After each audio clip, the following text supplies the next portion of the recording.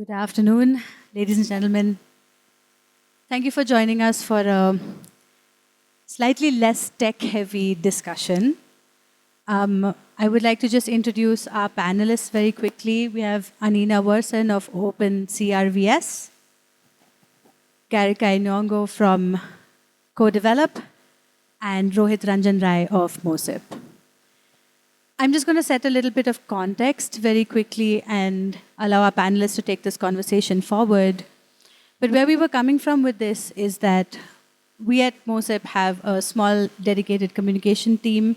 We have writers, designers, and strategists working on building a visual identity for this project. Over the last 2 years, we have worked very hard to build a narrative around what we do and why we do it. And we felt that it would be an interesting conversation to break down some of the challenges we have dealt with over the last 2 years that in conversation with many other technology projects we found were actually very common. A lot of people working in communications in the technology or social impact space do find that they face very similar challenges. So I will open the floor with some pointed questions, and we hope that you all will join us in this conversation and maybe break this conversation down a little bit more. So I'd like to start with Garikai. Garikai has done a lot of work in co-develop and I think Smart Africa before that. One of the challenges that we identified at MOSIP was how do you build awareness and recognition around not only a brand, but the project and what it does. What are the challenges you identify in that space, and what do you think the tools are for building recognizability around who we are and what we do? Thank you very much for that, Meghna, and a good afternoon to everyone here. It's certainly a pleasure to be sitting on this panel and trying to break down what it takes to build a trustworthy narrative. And there are a lot of layers to the question that you've asked. I wouldn't be quite a communications person if I didn't start with a story. So please humor me just as I explain what I think becomes important in terms of how we frame the conversations that we have around technology. You know, if any of you are as old as I am, you'll remember that when Dove soap first came into the market, it was considered a complete failure. Reason being that they positioned it as a moisturizer with cleansing qualities. And so what then happened was it was competing in a league where it didn't belong. The success of Dove soap wasn't in changing the intrinsic product, but in reworking that position and making it a moisturizer, a cleanser with moisturizing qualities. All of a sudden, where it competed, it added a lot more value. And I think that's how we need to think about the technology that we have in terms of how we are positioning our products. Oftentimes, because we have done so much work, and congratulations to the technologists, we want everyone to know the nuts and bolts that we have put into this work. And there's so much technology, so many nuts and bolts, but the reality of it is it gets lost when we start to communicate it to the people who have to understand the value of it. So the question that we need to ask in terms of our framing is, what information is important information? Does anyone really care that you can ping 100 databases in 0.1 milliseconds? I'm sure it's impressive, but that doesn't add value. It doesn't answer the value question. And so what we need to do is to be able to deliver information that answers the question, what problem are you solving for me? When you begin to do that, it then, and if you do it consistently, it begins to feed into the brand. So people then begin to realize that, this brand solves my problems. And so you begin to develop the trust, you begin to develop the reputation in terms of being a problem solver. So I'll reiterate, the question becomes what information is important or needful information. I think there'll be a lot to unpack as we go along, but I think I'll pause there and then I think it gives us a good start. Back to you, Meghna. Thank you, Garikai. Yeah, these are actually a lot of the questions that we found ourselves asking in our conversations around MOSIP as well. And so many of these are fundamental communication and marketing questions. Who are you talking to? Why are you talking to them? What is important to them? Are we saying we already have this thing and we're just going to put it out there? Or do we say problem first and then solution rather than the other way around? Because I think it can get lost. And carrying that on to just to connect it to the question I have for you, Annina, a lot of so I came into communications from a content writer's perspective. I'm fundamentally a language expert, and my work starts with language. And one of the biggest challenges I've had with working with experts like yourselves is jargon. And the alienating, the demystification around words that are heavy, words that are familiar within a space, but are very unfamiliar the minute you step out of that space. Have you faced that challenge in your work as a professional, like with words like civil registration? Do people understand what you do, and how do you navigate that challenge? Yeah, thanks so much, Meghna. We absolutely do face that challenge. OpenCRVS. I mean, if you say that to anyone who doesn't operate in this community, they're like, what do you do? And just to break down even those two terms, right? Open, well, what does open mean? We start talking about open source. The association with the word open with a lot of the countries and partners we worked with, we continue to work with, the association was danger, unsecure. Why would we want something open? People can steal our data. And still in some of the countries in which we work, we still have to debunk these myths. And people are saying, no, it's not insecure. No, they own your data. No, they're going to share their data. And some of this is obviously from experience, right? And it comes back to understanding who you're talking to and what their experiences are. The other half, obviously, of OpenCRVS is CRVS. And I hope everyone in the room knows what that means and what that stands for, but it's civil registration and vital statistics. And then you still get a blank face. The registration of births, deaths, marriages, the use of that data for vital statistics purposes. People are still lost, right? And so it's really about bringing it back to basics and saying, okay, have you got a child? Do they have a birth certificate? That's civil registration. When you got married, do you have a marriage certificate to prove it? That's civil registration. And so, to Garikai's point about understanding what's important and why, in the same way as we communicate to individuals, well, what are their lived experiences and what's important to them? And then as we start to go even further into the conversations with countries, with development partners, with non-technical people within technical organizations even, in the conversations we have, for instance, where we talk about, OpenCRVS is highly secure. Okay, well, how's it secure? Oh, well, we run a penetration test every 6 months. Everyone's looking at me thinking, what on earth is a penetration test? We pay people to hack into our system and identify where there's vulnerabilities. And again, even the word vulnerabilities, right? Kind of a more technical word. So I find myself constantly catching myself. And whenever I introduce OpenCRVS to friends, my partner will just interrupt and say, oh, no, let me explain what she does. Because it's the curse of knowledge, right? We know too much.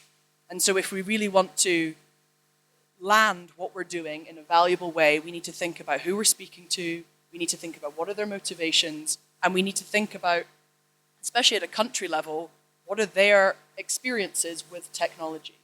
Well, they may well have been locked in with vendor contracts. They may well have had an experience where their data wasn't theirs.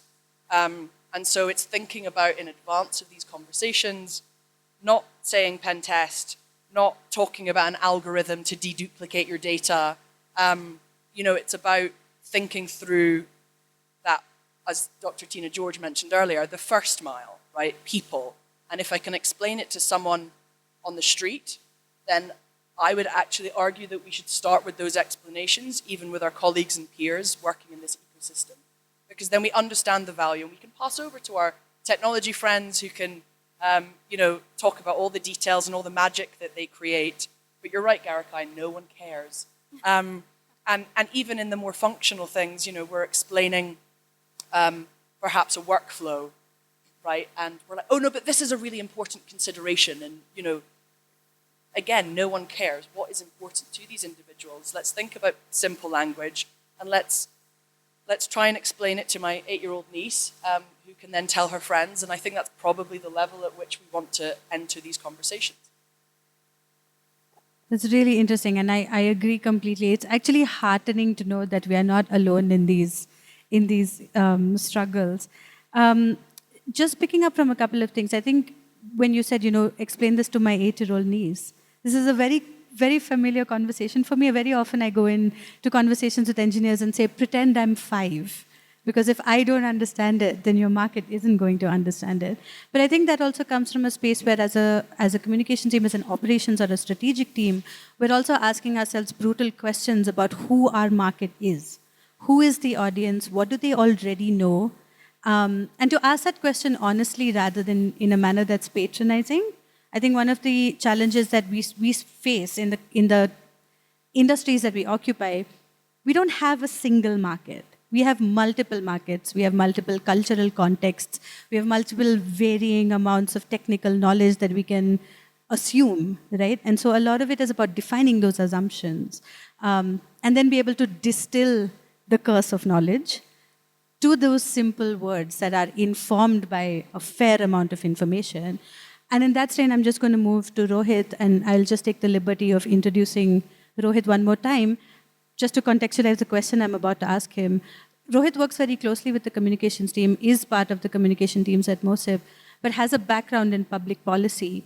And very often we get asked that question, why is this important for a communications team? Why do you need to know public policy, right? And we've had long conversations, Rohit, all of us at MOSIP, about contextualizing the narrative building, about how we understand an environment that we occupy, not only in terms of what a country knows and doesn't know, but also what they care about. Why they should trust us to come in from Bangalore or London or South America or wherever and claim to understand the challenges that they face every day. So, Rohit, what I want to ask you is, what is the importance of contextualizing a narrative building? What are the tools with which we do that? And maybe how does it manifest in the way that branding and communication is built? So what we understood in the beginning was that when we talk about national ID, from the perspective of countries, it is different in different places. It depends on the socio-cultural aspects, it depends on the political aspects, and to an extent it depends on the geographical aspects as well. And that is where the contextualization of narrative became important. And the contextualization question also ties up to what Garikai and what Annina said, that what is important is dependent on the context, and how do you frame your narrative, how do you frame your language is also important on the context. And throughout these 2.5 years of work that we have been doing at building this narrative around MOSIP, I think what we understood or what we learned was that finding specific context to countries and to the people is very important and very valuable, because it does two things. One is that it gives an idea as to why this product is important to the market, so to say, right?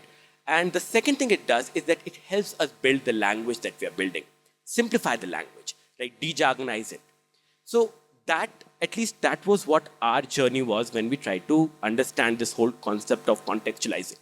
How did it manifest? Well, what you see around you is the manifestation of that contextualization, because it showed itself in not just the way we talk to country representatives, but also the way we talk to our own team, the way we talk to our commercial partners, the way we talk to civil society members, the way we talk to our fellow DPGs. And it was even in the minor ways in which the visual language that we have created, or let's say the way we are doing our social media work that we are doing, all of that is the manifestation of the work on contextualization that MOSIP did. So I would say that from an experience, and that the reason I'm taking MOSIP an example for myself is that, again, even for different DPGs, the context is going to be different.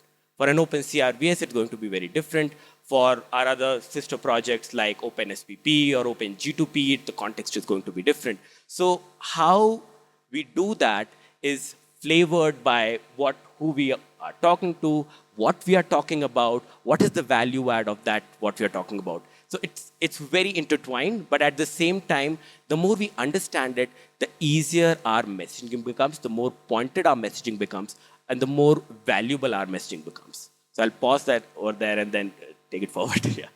Yeah, I think as Garikai said, lots and lots to unpack here. Before I carry on and ask more questions, I just want to turn to the audience. Is there Any questions or comments from any of you at this juncture? I think some interesting points have already been raised, and I was, of course, expecting the de-jargonization a lot. But in the last segment, I'm really curious about some examples, if you could have, of experiences of dealing with different cultural contexts or different political contexts. Because like this project is clearly one of a universal scope. So differentiating it into very different audiences and still retaining that sort of universal benefits, that universal value of it. And in your experience, if you could have some examples, that would really help understand that better. So, yeah, thanks for the question. I'll give you two examples. And in fact, Meghna is actually the head of our communications, and she can give you much better examples, but I'll give you the two that that strike me the most. The first one is regarding the visual language that we choose and how context define that visual language. Now, we work across 4 very distinct geographies: Southeast Asia, in Africa, West Africa, and Central Africa, and now we are going into Latin America. Now, these are extremely 4 different cultures, right? 4 different political systems, if you could use the term social systems. Now, a question that had come to us when we were just beginning is that how do you represent them, visually represent them? And a very simple thing was photographs. You would be seeing these photographs across this space. And one thing that you'd realize is that what we do is try to understand what exactly is non-cultural, yet at the same time trying to relate to a certain populace. Now, what I mean by that is that many times while representing a culture, and I can take the example of my country, India, it's very simple to put a Taj Mahal and an elephant and you're like, oh, this is India. It's simple, right? But at the same time, there's a fear of stereotyping. And that is something that one should avoid, especially when you're communicating. That is a very clear example that I can give of how we avoided, stereotyping, yet tried to contextualize. The second thing that I would say is the way we use language. So the more and more we refined our narrative, the more and more we refined the way we use language at MOSIP, we understood that it was not just about de-jargonizing the language technically, but also de-jargonizing the language from the general social sector aspects, right? Because many times what happens, and this is a bit of a fear that at least I have, a trap, that as policy experts, we tend to go towards the idea of benefits are getting delivered.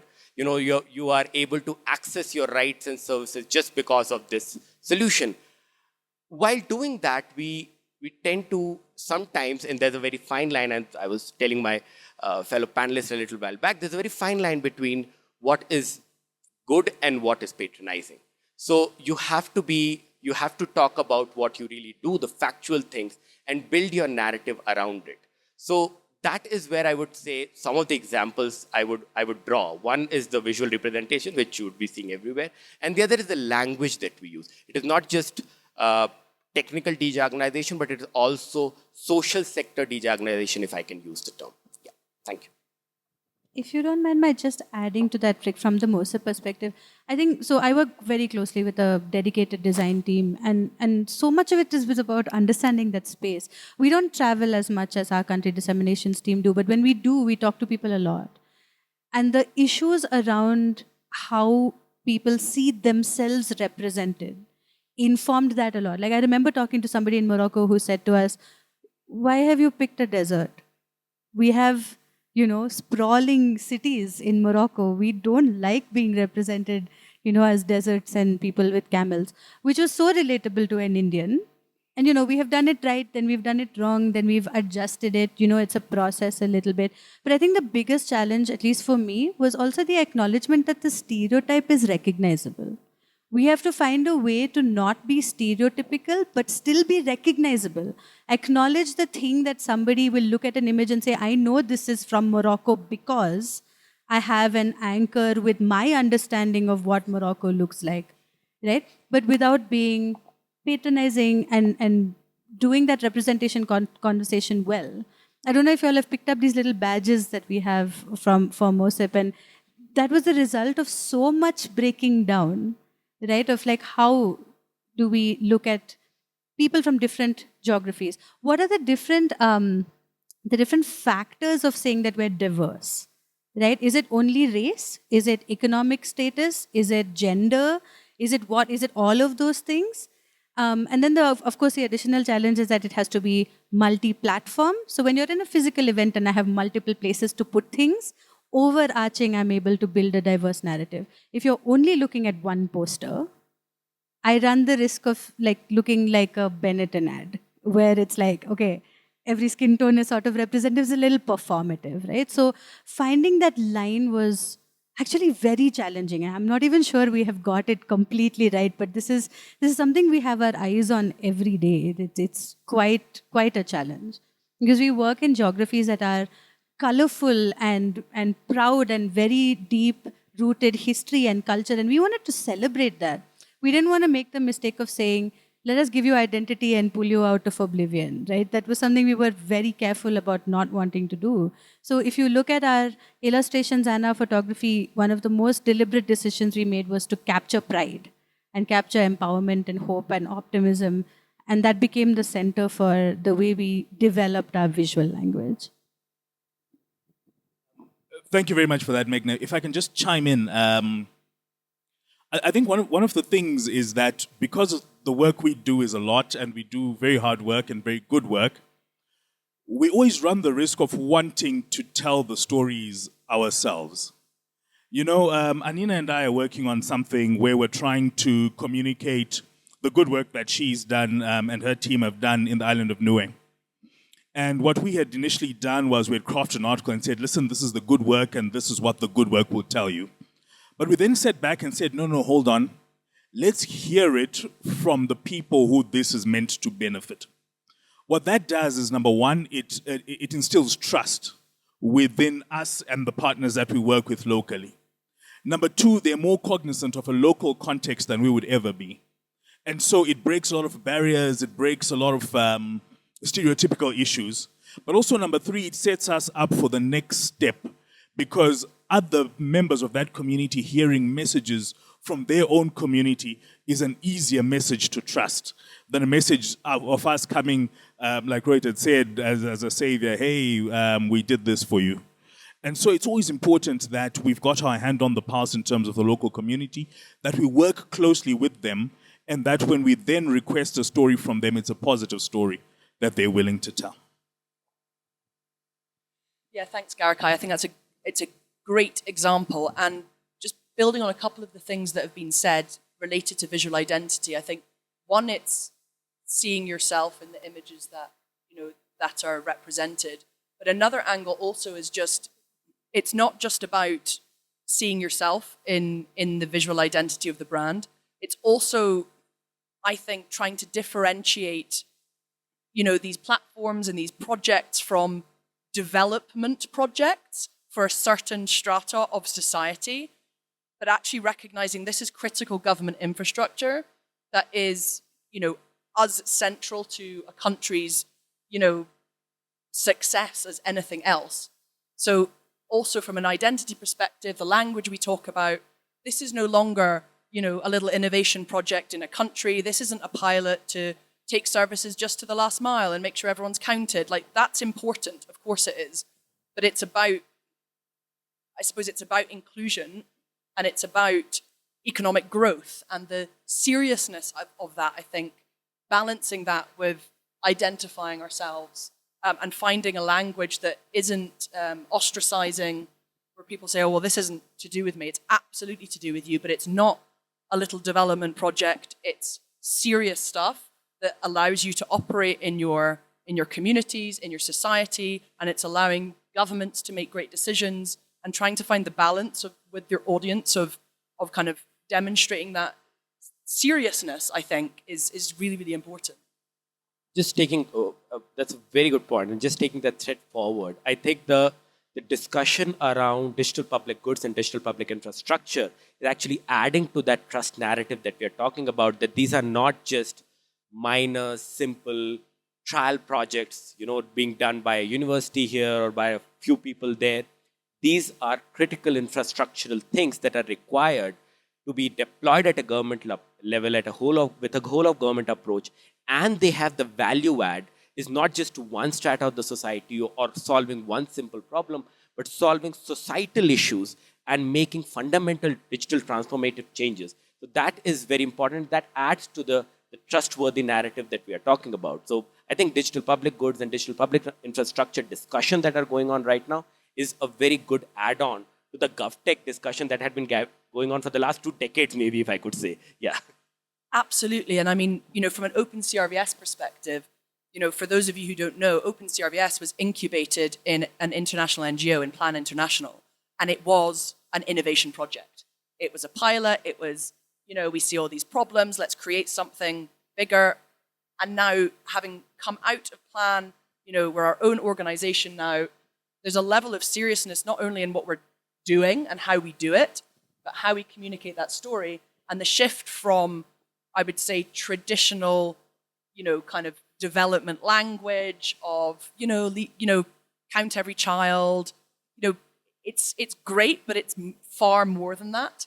And it doesn't dismiss how important those narratives are. But I think, we're still definitely learning a lot from MOSIP and everything you guys are doing. But yeah, creating trust in something that some people might still associate with a plan project, that it is actually, critical government infrastructure. And yeah, we've had to adapt in every part of our organization to do so.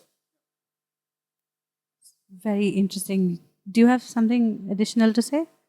Really, I just wanted to ask a question to Garikai. I'm sorry I'm taking your job. No, Meghna. please take my job.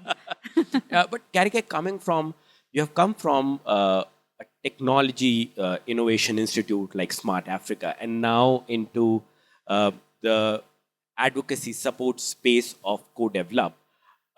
How important do you think is the value of building these narratives? And what is the difference coming from, I would say, from that side to this side in building those narratives and taking those narratives forward, if you can give your... No, I think thank you very much for that. And just to contextualize it for the audience, in my previous engagement, I used to deal with 39 countries directly. And so you begin to realize, I think, like the rest of the panelists have said, the contexts are different.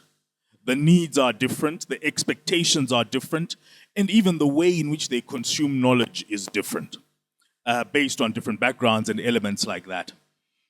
One of the things that I've realized coming to this side is that there is a certain sameness in the communication that we send out. And at some point, we are not entirely cognizant of the nuances that exist even in markets that seem similar, or even within the same country, in different audiences within the same country. So what we start saying now at co-developers, we're saying, all right, hang on. When you go to a country and you say DPI, half of them get what you're saying, but half of them are afraid. It's too big. What is this big thing that you want my whole of government to do? Do I have the budget for it? But we say, okay, no, forget DPI. Forget identity. Forget payments. What is the problem that you have that you'd want to solve? That's a language that they understand. Because, a minister oftentimes is not a technology minister for their dexterity in technology. It's for their political acuteness. And so these details that you're asking, they don't understand, but they do understand problem solution. So if you tell him that we've got women who cross the borders and are not safe because they're not identified, they understand that problem. They can see that woman. Half of them, that woman is their mother, so they can relate emotionally to the story that you have. So we need to take our narrative from the big, oh, this is DPI, oh, this is the big thing, which is what we did with blockchain, if you recall, and we lost the audience. So we run the risk of making it too big and too cumbersome and too fearful that people won't take it. Ask whoever you're talking to, what problem do you want to solve? They don't even need to call it DPI. We know these are DPI layers. We know its identity. So yes, let's use it to solve a problem. So that once we've solved it, we can say this is what it does. I hope that answers the question. I actually, just to preface this, I'll say I'm also on the MOSIP communications team. But I I just want to ask, especially because Garikai mentioned sameness. To me, trust has a lot to do with honesty. And in this space, there's a lot that you can't say, especially when MOUs are being signed or the details of technology. How do you build trust while having so much that you can't say in public or to people who won't understand it? It's so interesting that you brought up the question about honesty because we spent a fair amount of time discussing honesty. So maybe I'll give it to Annina to start off that answer. And I know that we all have things to say about this. Yeah, thanks, Meghna. Great question. I was at dinner with Meghna the other night, actually, and I asked her that question. I said, how honest should we be in our communications? And it's a fine line, right? And actually, I don't want to take credit for Rohit's answer. I kind of want to pass over to Rohit to explain his response that really nailed it for me. I'm an oversharer, so I want to tell people everything. I'm not a communications expert. Happen to do a lot of the communications at OpenCRVS because we're a small team. But, I want to say, well, no, to the people who are creating myths or creating, there's whispers about what OpenCRVS is doing or not doing. And what, the strategy that we've kind of taken is, show them what we're doing, right? And perhaps I'm now kind of actually literally explaining what Rohit said. It's show the evidence, show the facts, be confident in your product, be confident in your actions, in the services that we provide, and show the evidence, right? I suppose it's a little bit like the school playground of someone, bullying you and saying, oh, you're this and you're that. Well, why don't you just, show them what you've got, right? Someone doesn't believe in you, demonstrate what you can do. And from the OpenCRVS journey, we started off, and maybe I'm going to overshare now, there's always people who don't believe in what you're going to do, right? And so we were steadfast and said, look, we can spend as much time as we like trying to, say this isn't true, or no, we're doing this and that. We really try to do the work and demonstrate and have countries trust us and have subsequently countries tell those stories.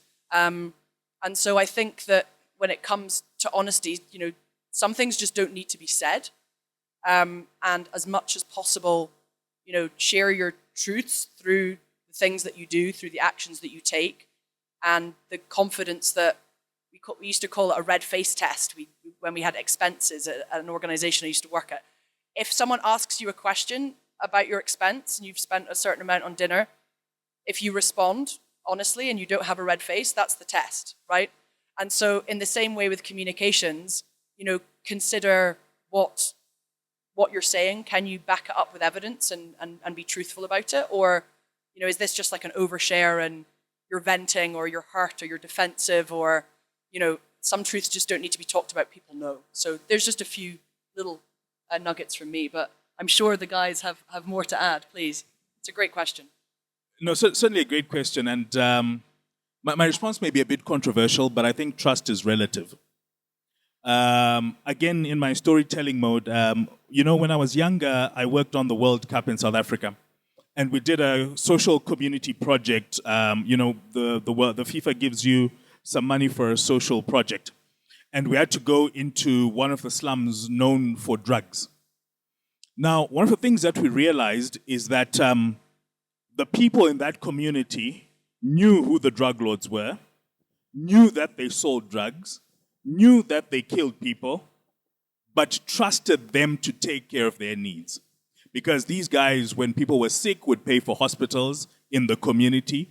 When people were hungry, they'll provide food. So trust is not about truth. Trust is about experience. It's about your experience with whoever it is. You could trust, if your friend is a thief, you will trust they will steal. So the reality about trust is, I go back to the previous aspect about solving problems. What we did with blockchain was we said, this amazing thing will solve this problem and it's unhackable. We made threats aware to people that they didn't know existed before. We created fear by over-communicating a value. And so we then created the reverse of what we wanted to create. We need to learn from that problem because now people thought, hey, I didn't know this could be taken from me. Now I'm scared. So what we need to do is to say, okay, what value can I deliver? So that people are not, when you talk about identity, I saw, we launched something we call the 15.5, where identity is a key part of DPI. Some of the conspiracy theorists were saying we want to put chips in babies and all those fantastical things. But the reality of it is all that goes away if you deliver a benefit that a person needs. So you build trust by creating a positive experience and solving a pain point that a person has. I think that would be my take on it. I think in the interest of time, I'll just add one thing, that it is, as Annina said, it's about a good product and then talking about the facts of that product. Being a product company or a project that we are, we can very clearly say that because the product works, it delivers. That is why it is easy to be honest. And then, you have different layers of understanding what trust and honesty are. So I'll stop there and we'll take the next question maybe. Yeah. I think maybe I'll also just add 2 lines if you guys don't mind. I think there are some great points you pulled out there. I think from our communications perspective, one of the things I also believe very deeply is not everybody needs to know everything immediately. So it's not so much about honesty or dishonesty. I feel like we all kind of occupy spaces where we know the product comes from a good place, intentions are in the right place, we believe our products are solid. So I don't think that we're in positions where we're building trust around products that in a manner that feels manipulative or constructed. And that's a luxury place for someone in communication or marketing to be.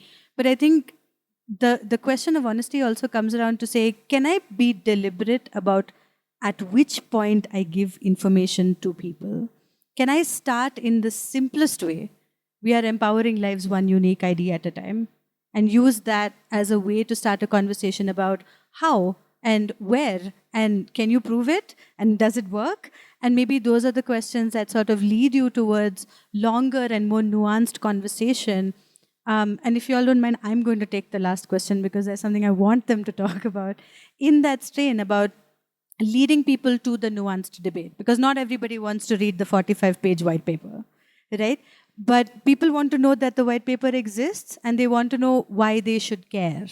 Because like I think as Annina said before, people don't care about anything anymore. And we have to occupy that space as communicators, right? So the question I want to ask all 3 of you is, what are our tools? The platforms, the spaces, digital, physical, otherwise. What are our tools and how do we harness that in the social sector space, in the not-for-profit space, in the academic space, where we don't have big PR teams? How important is it for us to understand these platforms in order to create that path to nuanced conversation?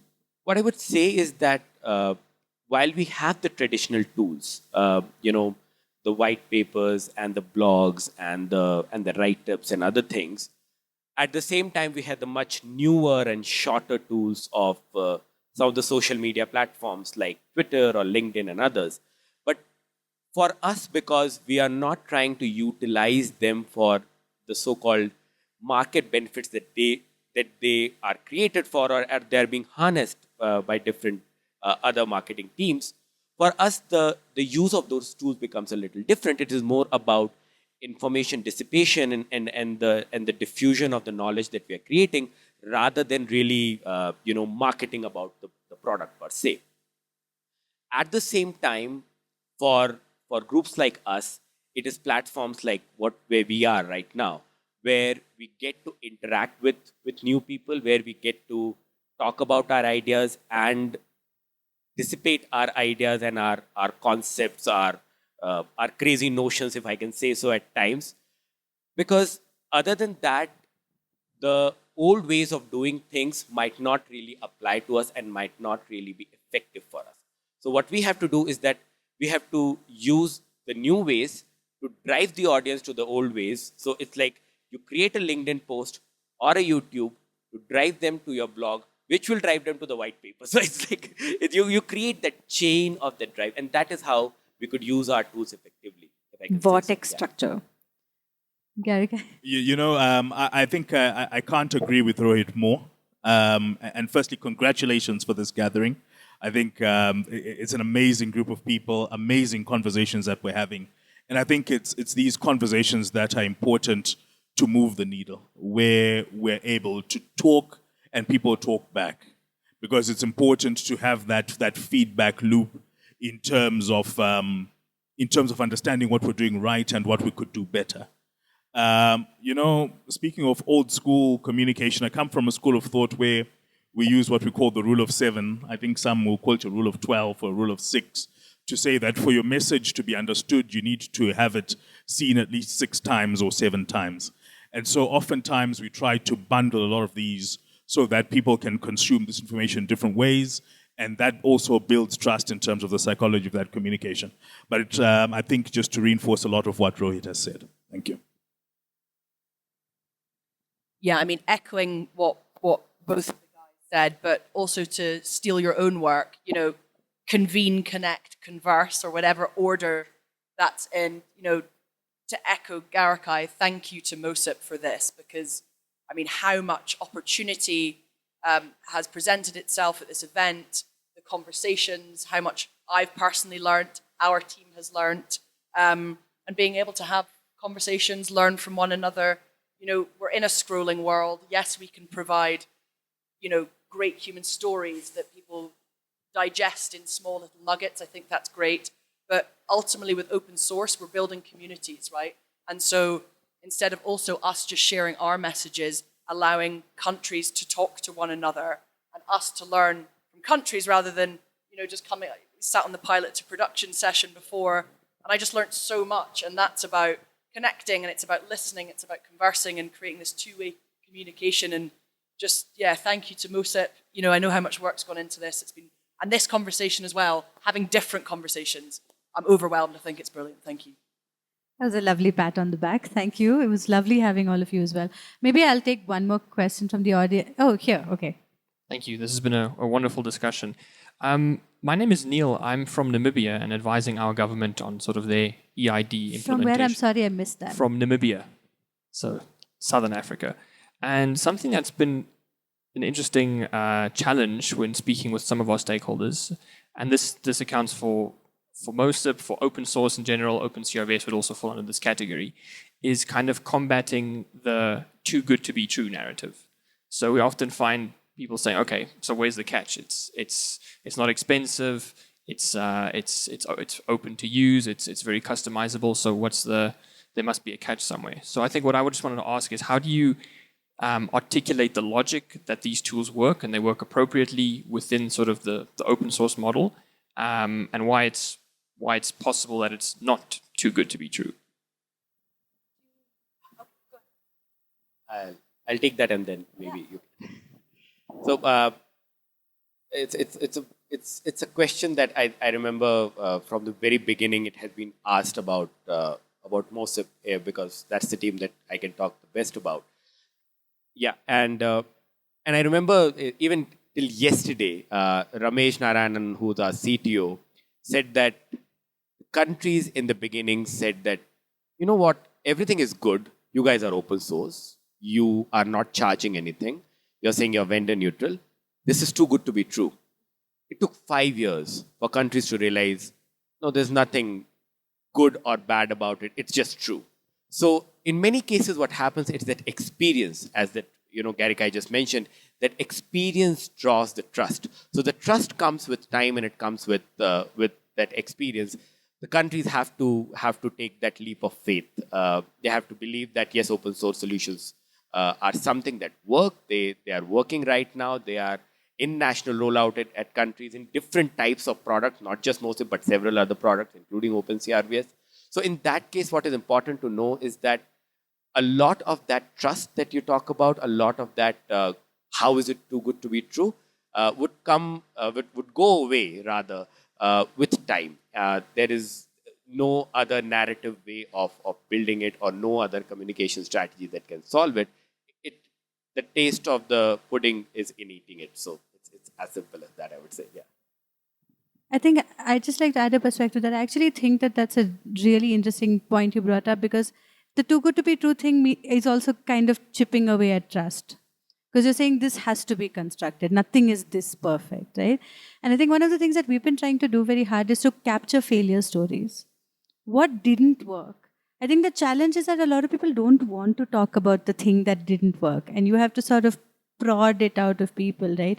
And I think one of the things that has worked for us is to create spaces for countries to have panels like this and talk to us about the challenges that they faced, coming back to the MOSIP team to say, you know, this product that you've brought us or this solution you've brought us, it doesn't address this thing.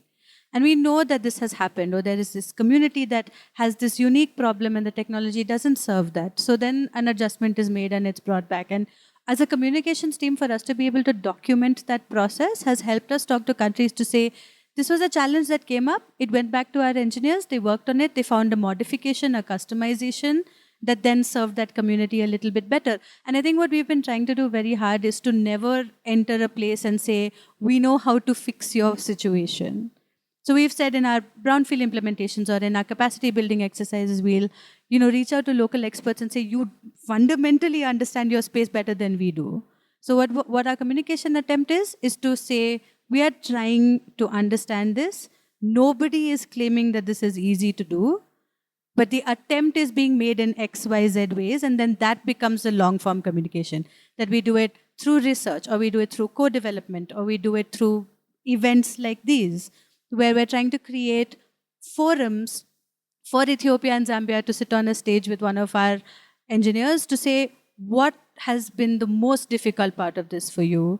What is the problem that you would like us to do, to address, right? And so when we say that we're trying to connect and we're trying to convene and converse, what we really mean is we're trying to create forums for communities to come together and work in a way that attacks a fundamentally complex problem. And we're hoping that when we talk about it, even in our marketing material, we're not coming off as we have the solution, because we don't. And nobody is dumb enough to think that we do, right? So I think what we've been trying with our communications is to say, we acknowledge the complexity here. Here are the ways that we're attempting it. I think that's what we've been trying to do. Yeah, and just, I think the too good to be true point is often after the first impression, that's when the honesty comes, right? So, it's not free, right? There is a total cost of ownership. And then it's about identifying the other problems that they're facing and saying, well, the value's here. This is going to cost you something. You're not going to pay license fees. You're not going to be locked into a vendor contract. Okay, tick, tick, I've solved those problems for you. But is there going to be a cost? Absolutely there's going to be a cost. And so, but also I don't think anything that has value is free, right? So it's about communicating that in the right way. And again, getting to the problems and saying it does solve these things. You are going to be part of a community where you're not alone and isolated because you're just with one vendor. It gives you upgrades every few months, right? If you're a country which doesn't have a lot of ongoing budget, it makes things easier and so on and so forth. So I think those things are really important to beyond the first impression of, ooh, open source, it's free. Yeah, the code's free, but ultimately, if you're not a technologist, you can't do anything with it, right? So, I think that part of the honesty is important, but again, it comes back to everything we've been discussing in terms of the problem solution, because there's so much value beyond that free term, right? I hate to have to be the bad guy, but I think that we've kind of gone over quite a bit. Thank you all so much for filling these chairs. It was an unusual session we had planned, and we're very happy to see so many of you here. Do catch hold of us if you have questions that I didn't have time to throw to our panelists. Please find them, talk to them. I think these are important deconstructions that we have to keep doing. We have to keep questioning how we do things. Thank you for your attention, and thank you, Garikai, Annina, Rohit, for giving me your time. It was really nice chatting with you even before and now. Thank you, everybody.